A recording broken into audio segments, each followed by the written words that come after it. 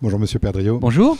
L'été dernier, à la différence de bien d'autres maires de grandes villes et de présidents de métropole, vous avez vivement critiqué le dispositif de la contractualisation financière et vous vous êtes même désolidarisé à cette occasion de certaines positions de France Urbaine. Pourquoi avoir pris ces positions si critiques ? Parce que j'ai compris que par cette décision, le président de la République visait à recentraliser les pouvoirs.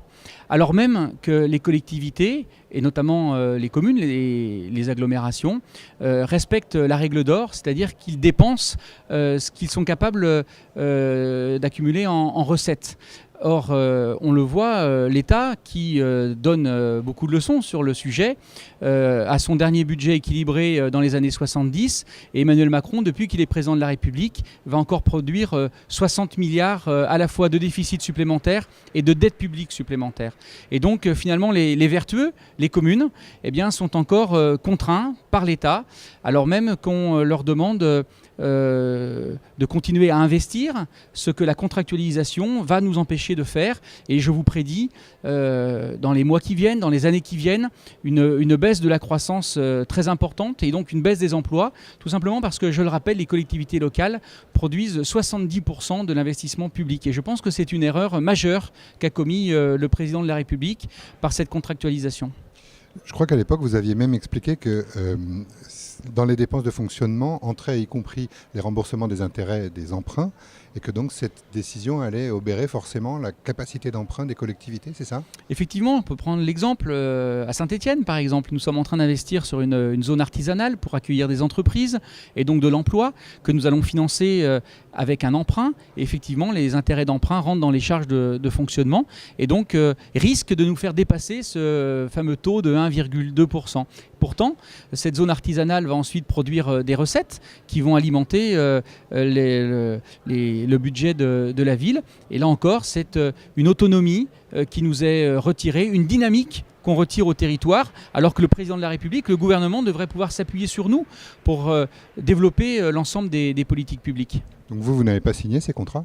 Non, nous n'avons pas signé, que ce soit à la ville d'ailleurs ou à la métropole. Et ça signifie donc que si vous dépassez le couperet des 1,2%, vous serez sanctionné plus durement que si vous aviez signé. C'est bien ça, comme ça que ça marche. Vous voyez d'ailleurs l'hypocrisie de ce système. Parce que finalement, si vous êtes sûr de ne pas dépasser le 1,2%, vous n'avez pas besoin de le signer.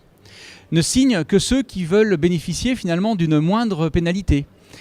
C'est quand même assez paradoxal comme système. Donc évidemment, je n'ai pas attendu la contractualisation d'Emmanuel Macron pour maîtriser les dépenses. Nous avons économisé plus de 15 millions d'euros à cause notamment de la baisse des dotations, de l'engagement que je souhaitais tenir de ne pas augmenter la fiscalité.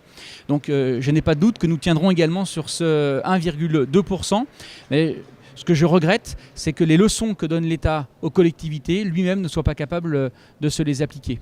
L'AMF explique depuis le début de cette affaire qu'elle n'est pas contre la contractualisation en soi, contre le fait de contractualiser avec l'État. C'est ce type-là de contractualisation qu'elle refuse. Est-ce que vous partagez ce sentiment ? Et dans ce cas, quel type de contractualisation vous auriez souhaité ? Oui, je pense que sur le principe, on pouvait effectivement discuter avec le gouvernement d'une maîtrise des dépenses, mais qui ne viennent pas obérer nos capacités d'investissement et de développement. Mais il n'y a pas eu de dialogue. Nous avons été dans l'imposition, avec d'ailleurs des règles à géométrie variable, puisqu'on parle du taux. Mais évidemment, comme tout taux, ce qui est important surtout, c'est la base sur laquelle il va s'appliquer. Et là, on voit bien que suivant les préfectures, suivant les sujets qui sont abordés, eh bien, certaines dépenses sont retraitées, intégrées ou non dans le calcul de la base. Donc c'est un peu à la tête du client. C'est certainement pas un système qui va créer cette dynamique dont on aurait pourtant énormément besoin sur nos territoires. Une dernière question, comment est-ce que vous interprétez le fait que le président de la République ne vienne pas devant les maires, au congrès des maires, comme il s'y était engagé l'année dernière ? Je dirais que c'est malheureusement, et je le regrette, une marque de mépris supplémentaire. Parce que je me souviens très bien de ce discours de clôture ici même il y a un an, où le président de la République a pris l'engagement, que d'ailleurs personne ne lui avait demandé, de revenir chaque année pour rendre compte. Et je pense qu'après avoir terminé le bilan de cette année, il a sans doute été très gêné de venir rendre compte devant l'ensemble des maires de France ici réunis. Et donc c'est un reniement de plus. Et je le regrette parce qu'il creuse un peu plus l'écart et finalement la défiance entre le gouvernement, l'État qu'il représente et les collectivités, entre les maires qui sont finalement les premiers fantassins de la République, ceux qui assument au quotidien leurs responsabilités devant nos concitoyens. Merci beaucoup.